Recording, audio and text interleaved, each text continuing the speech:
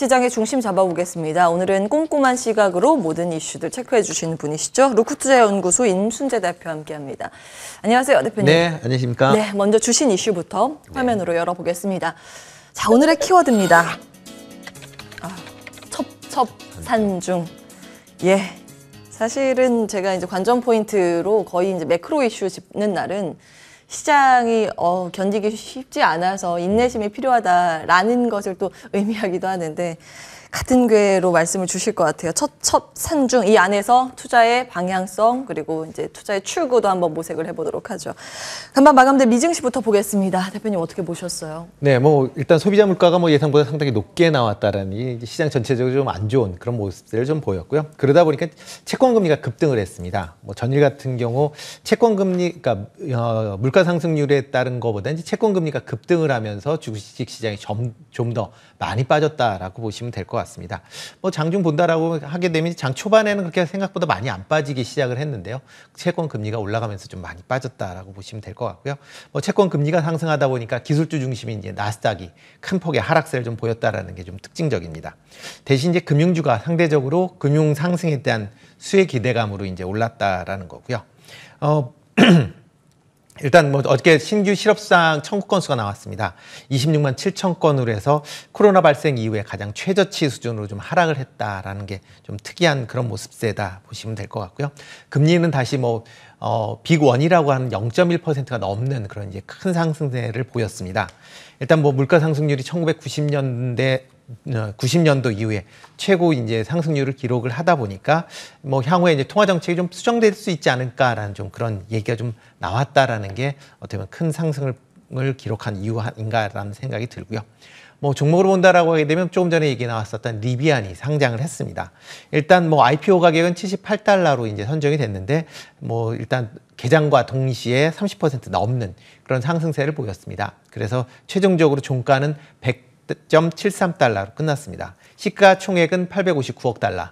일단 시가총액은 뭐 GM하고 뭐 비슷한 수준으로 끝났다라고 보시면 될 것 같고요. 포드보다는 더 높은 수준으로 마감을 했습니다.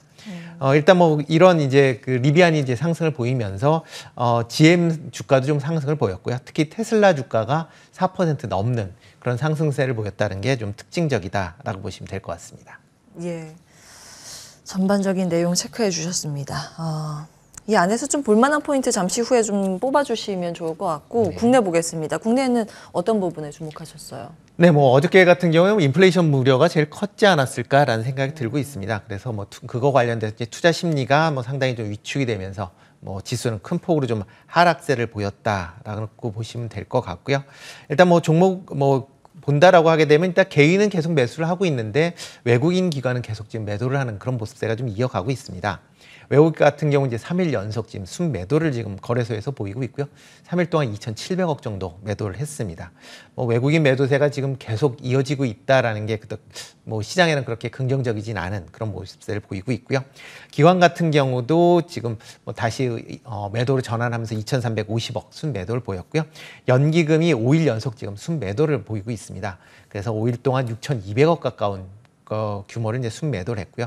10월 18일 기준으로 따진다라고 하게 되면 지금 뭐 한 달 조금 안 되는 기간 동안 지금 연기금이 1조 넘는 순매도를 지금 이어가고 있는 그런 모습세입니다. 코스닥 같은 경우도 외국인이 한 2,200억 정도 순매도를 했고요. 기관도 1,700억 정도 매도를 하는 그런 모습을 좀 보이고 있습니다. 뭐 기관 같은 경우 이틀 연속 순매도를 하고 있고요. 연기금도 지금 10일 연속 순매수를 보이다가 11일째로 순매도로 전환하는 그런 모습을 좀 보였다라는 게 좀 특징적이다라고 보시면 될 것 같고요. 뭐 외국인이 이제 시장에서 매수하는 건 뭐 그동안 조금 이제 하락폭이 있었던 뭐 SK 하이닉스, 클래프턴, 카카오뱅크, 두산중공업, 카카오페이 이런 종목을 이제 순매수를 했고요. 코스닥 시장 같은 경우는 엔터주 관련 쪽으로 매수를 했습니다. 큐브엔터, 게임빌, 버킷 스튜디오, 조이시티 이런 종목을 이제 매수를 했다라고 보시면 될 것 같습니다. 일단 뭐 원달러 환율이 어저께 1,180원대로 다시 올라왔습니다. 뭐 일단 중국의 이제 물가 지수가 조금 높게 나왔었고요. 그다음에 미국의 국채 수익률 하락으로 인해서 원화 약세 때문에 이제 상승을 보였는데 아마 금일도 아마 이런 약세는 좀 더 이어지지 않을까라는 생각이 들고 있고요. 일단 뭐 글로벌 공급망 불안이 계속 이제 시장을 좀 억누르는 그런 뭐 상황 아닌가라는 생각을 하고 있습니다. 그나마 다행인 건 이제 요소수 문제가 조금은 풀릴 수 있는 그런 이제 해결의 기미가 조금 보인다라는 게 그나마 좀 긍정적인데, 그렇다고 확실하게 뭐 풀렸다라고 보시긴 좀 어려울 것 같고요. 일단 뭐 급한 불만 끄는 수준 아니었나 싶습니다. 뭐 시장 전체적으로 뭐 메타버스나 NFT 관련 쪽에 대한 뭐 그 관심세는 계속 뭐 이어지고 있는 거 아닌가라는 생각이 들고요. 가장 큰 이유는 이제 공급망 이슈에 대한 부분이 일단 상대적으로 좀 적다라는 거고요. 인플레이션 우려감도 상대적으로 좀 피해갈 수 있는 그런 섹터가 아닌가라는 생각이 들고 있습니다. 다만 이제 최근에 급등세를 좀 보이고 있습니다. 뭐 이런 뭐 특히 뭐 전일 같은 경우 DOU 관련된 또 상장 이슈까지 겹치면서 좀 상당한 이제 탄력성을 좀 받았었는데요. 뭐 단기 급등했었던 분야가 있기 때문에 그런 부분은 좀 감안을 해서 조금 투자를 하시는 게 어떨까라는 생각을 해봅니다. 네.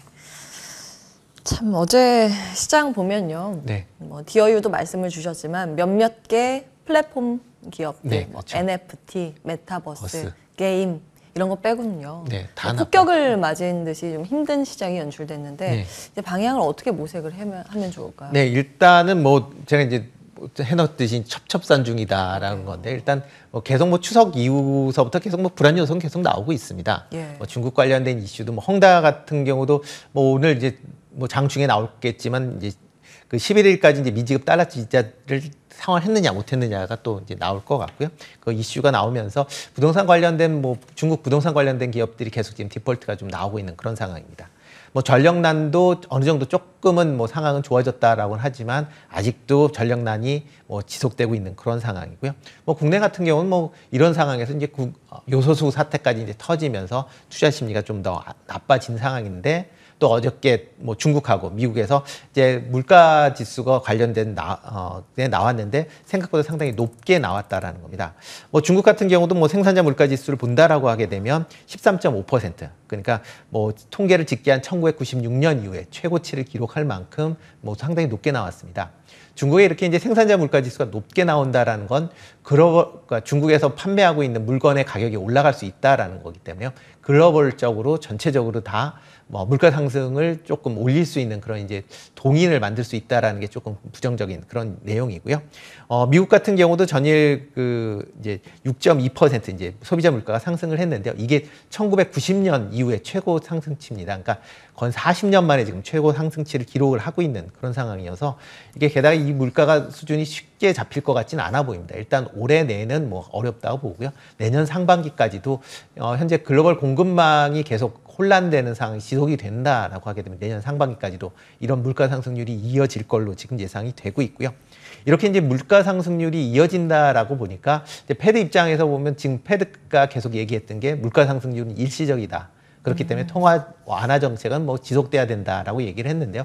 과연 이 정책이 맞느냐 틀렸느냐라는 문제가 다시 좀 불거지는 거 아닌가라는 생각을 하고 있습니다.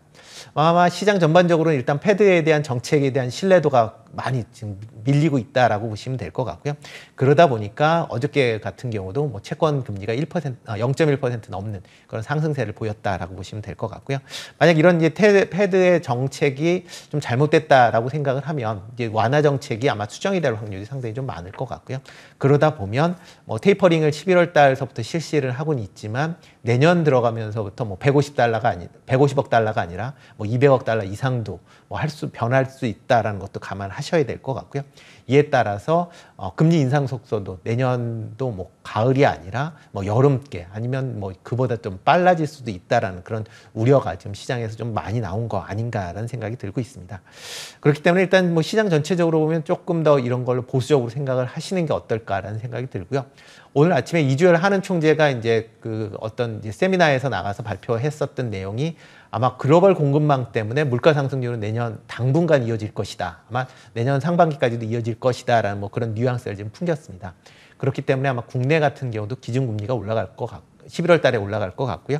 그리고 미국 같은 경우도 테이퍼링이 생각보다 좀 더 빨리 진행될 규모가 커질 것 같고요. 또 금리도 뭐 생각보다 빨리 올라갈 수도 있는 그런 상황이기 때문에 그거에 맞춰서 좀 더 시장 전체적으로 보수적으로 생각을 하고 접근을 하시는 게 어떨까라는 생각을 해봅니다. 네. 이제 헝다그룹 이슈가 조금씩 얘기는 나오긴 하는데 이제 이자 지급이 오늘 지급이 이루어지는지가 하나의 포인트고 이제 파산 이야기가 좀 나오는데 정부의 방향이 중요하겠습니다. 네, 그렇죠. 근데 보수적으로 시장 보셨는데요. 혹시 지금 코스피 많이 저점으로 거론되는 게 2,900선이지 네. 않습니까? 일시적으로 2,900선 이탈될 때 적극적으로 매수를 할까 하시는 분들도 많이 계신데 그런 전략은 어떻게 일단 보세요? 2,900포인트 일단 그 심리적이지 않나라는 생각이 듭니다. 그러니까 지난번에 내려왔던 게 이제 2,901포인트였기 때문에 예. 거기서 반등을 했기 때문에 이제 심리적인 거 아닌가라고 생각이 되는데요. 뭐 기술적으로 본다라고 하게 되면 2,800포인트대까지는 뭐 충분히 하락 여력은 있다라고 보여집니다. 그렇기 때문에 뭐 2,900이 깬다라고 하게 되면 물론 이제 그 수준서부터는 뭐 국내 이제 증시 기반으로 본다라고 하게 되면 뭐 상당히 이제 저평가되는 그런 구간이다라고 볼 수는 있기 때문에요. 그때서부터 이제 좀 낙폭이 커지게 되면 뭐 저점 매수 관점에서 좀 접근을 분할 매수하시는 게 어떨까라는 생각을 해보는데요. 일단은 시장 상황 자체가 아직까지는 뭐 불안 심리가 좀 더 큰 그런 상황이어서 뭐 공격적으로 매수하시는 것보다는 약간 보수적인 관점에서 뭐 큰 폭의 뭐 낙폭이 있을 때 아니면 그럴 때 뭐 단기 뭐 오늘 금일 같은 경우도 뭐 2,900을 깨고 내려간다라고 하게 되면 일단 뭐 저점 매수 차원에서는 아마 매수가 좀 들어오지 않을까라는 생각을 좀 해보고는 있습니다.